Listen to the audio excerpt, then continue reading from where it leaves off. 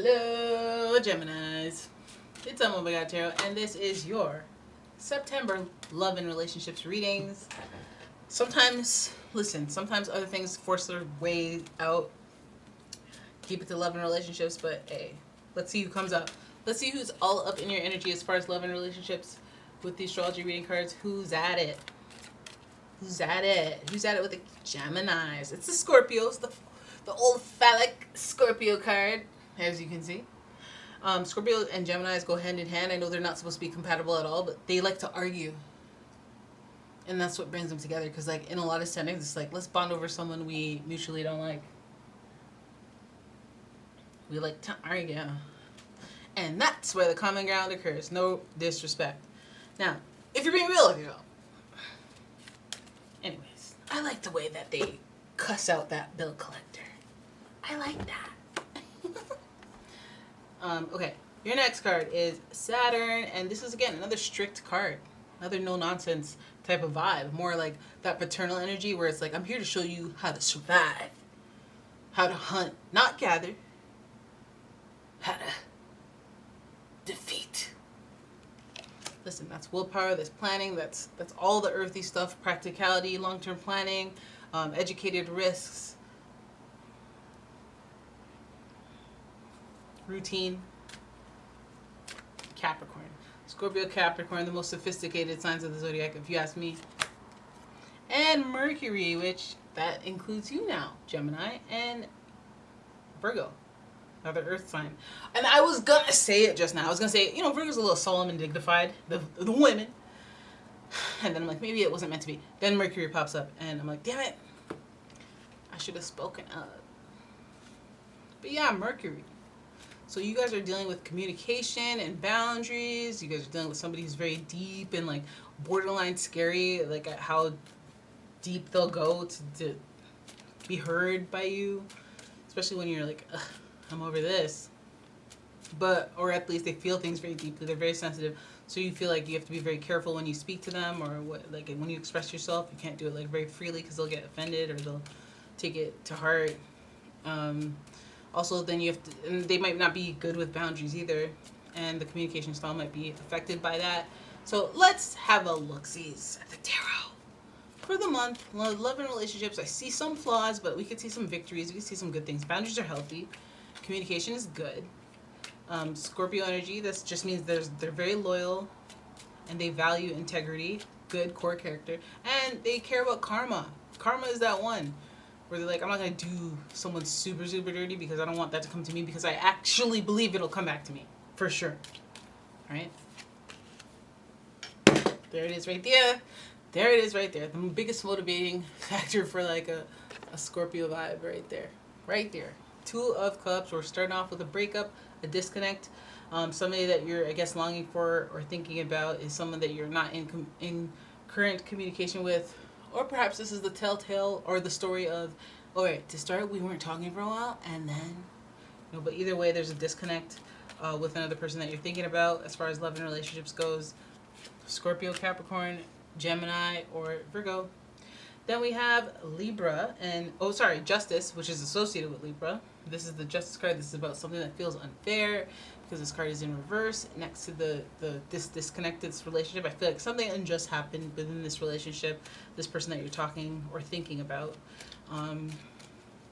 They could be a Libra, but I feel like either you or them feel like something that was just truly unfair to them is what is the space between you two.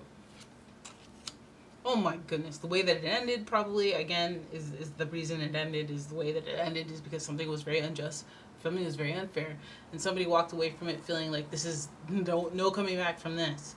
All right, so there's Scorpio energy, there's that death, but there's also, with the Scorpio energy, is this death rebirth thing, so rising from the dead. I never thought I'd talk to you again, I never thought I'd see you again, but here we are. That may be a thing.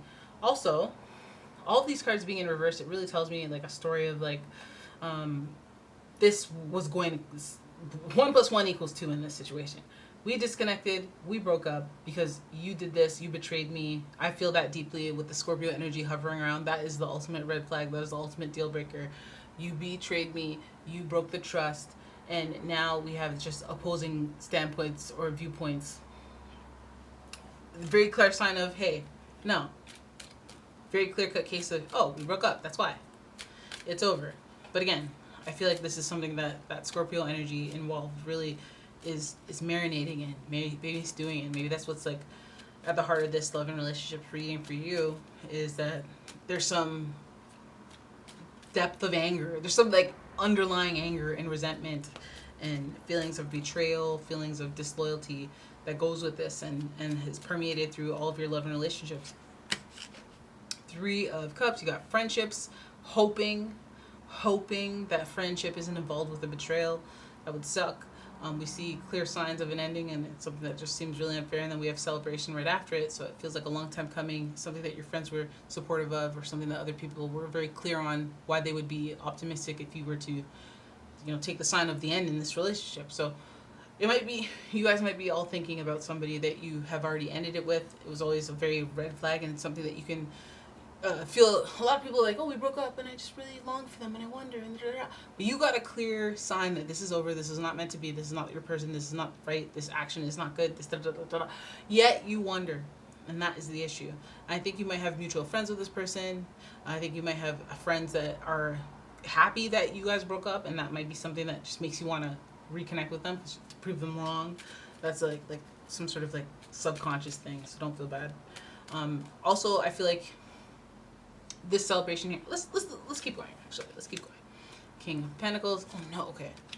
That makes me feel like, I know I pulled an extra card. It makes me feel like you feel stuck in this situation because you have mutual friends, and this person seems to like dominate the war of who's inheriting the friends or whose side is being taken.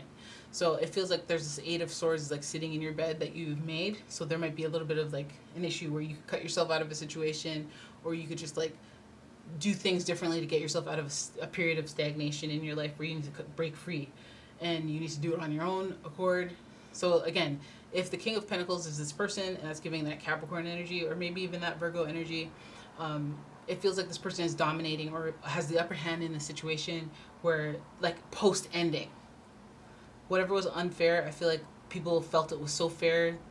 How, like, taking sides, they feel very justified and celebratory of like, of course I'm taking your side, of course I'm on your side, of course I'm, but like it also feels like just, I hoping that you're the king of this situation.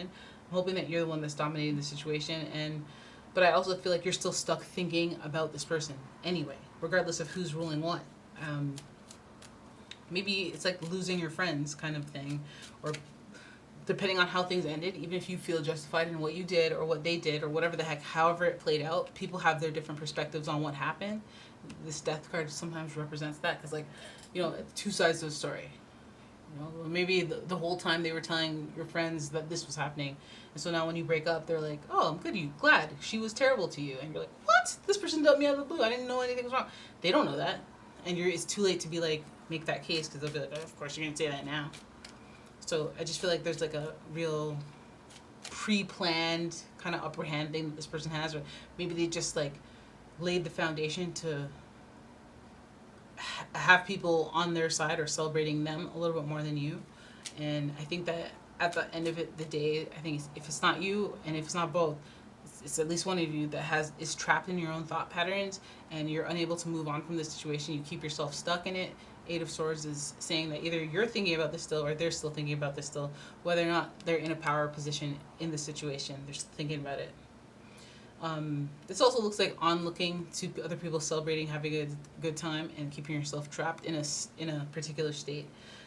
Also recommends, it reminds me of a situation where you're checking in on your ex or checking in on somebody that you're not in contact with, and it's making you feel sad one day. It's making you feel bad, and it's ultimately just stopping you from moving on.